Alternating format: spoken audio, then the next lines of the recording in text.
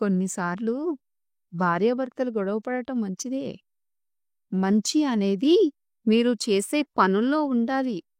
అంతేకాని చెప్పే మాటల్లో కాదు. సహాయం కోరే ప్రతి ఒక్కరూ బిచ్చగాడు కాదు. కానీ సహాయం చేసే ప్రతి ఒక్కరూ భగవంతుడే. సహాయం చేయడానికి ఎప్పుడూ కూడా ఆలోచించకండి.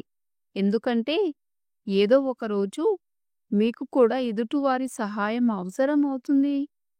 ఇస్తూ ఉంటేనే కదా వస్తూ ఉండేది. గుర్తుంచుకోండి. మీతో మాట్లాడటానికి తీరిక లేనంత పనిలో ఉన్నామని చెప్పిన వారి మాటలను నమ్మకండి. వారికి కావలసిన వారి జాబితాలో మీరు లేరన్న నిజాన్ని గ్రహించండి. ప్రతి మనిషి కూడా నోటిని 2 చోట్ల అదుపులో పెట్టుకోవాలి. ఒకటి తినేటప్పుడు, రెండోది మాట్లాడేటప్పుడు. ఈ 2 విషయాల్లో నోటిని అదుపులో పెట్టుకోవాలి. మొదటిది ఆరోగ్యాన్ని కాపాడుతుంది. రెండవది బంధాన్ని కాపాడుతుంది. ఏ రోజైతే మనం నవ్వలేదో ఆ రోజు వృధా అయినట్టే. మన బాధ ఒకరిని నవ్వించినా పర్వాలేదు.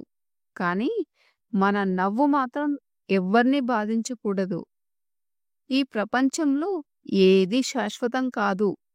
అలాగే మన కష్టాలు కూడా శాశ్వతం కాదు. మనం చేసే మాట సాయం లేదా డబ్బు సహాయం వల్ల మన జీవితంలో పెద్దగా మార్పు రాకపోవచ్చు. కానీ సహాయం పొందే వారి జీవితమే మారిపోవచ్చు.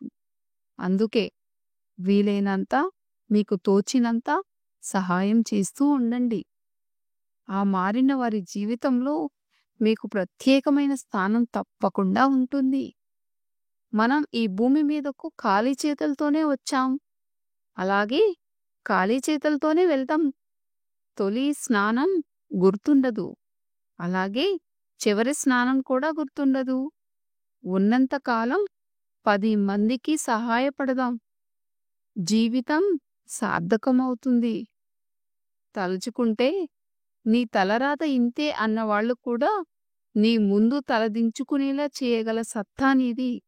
అలాంటప్పుడు ఇప్పుడొచ్చిన కాస్త కష్టానికి కలం చేస్తే ఎలా? ధైర్యంగా ఉండు మిత్రమా. ఈ సమాజం నీతిగా, నిజాయితీగా ఉండేవారిని గౌరవించడం ఎప్పుడో మానేసింది. అవకాశానికి అనుగుణంగా నటిస్తూ బ్రతికేవారికే విలువను ఇస్తూ గౌరవిస్తుంది. నువ్వు నిరుపేదవి అని అనుకోవద్దు. ధనం నిజమైన శక్తి కాదు. బ్రతకటానికి డబ్బు కావాలి. కానీ డబ్బే బ్రతుకు కాకూడదు. మంచితనం, పవిత్రతలే నిజమైన శక్తి. ధనం లేకపోతే ఈ ప్రపంచం గౌరవించదు అనుకోవటం ముమ్మాటికి పొరపాటే. మన ఆత్మాభిమానాన్ని వదిలేసి ధనాన్ని సంపాదించినా అక్కర్లేదు. తాత్కాలికంగా ఆ ధనం సంతోషాన్ని ఇచ్చినా శాశ్వతమైన ఆనందాన్ని మాత్రం ఇవ్వలేదు.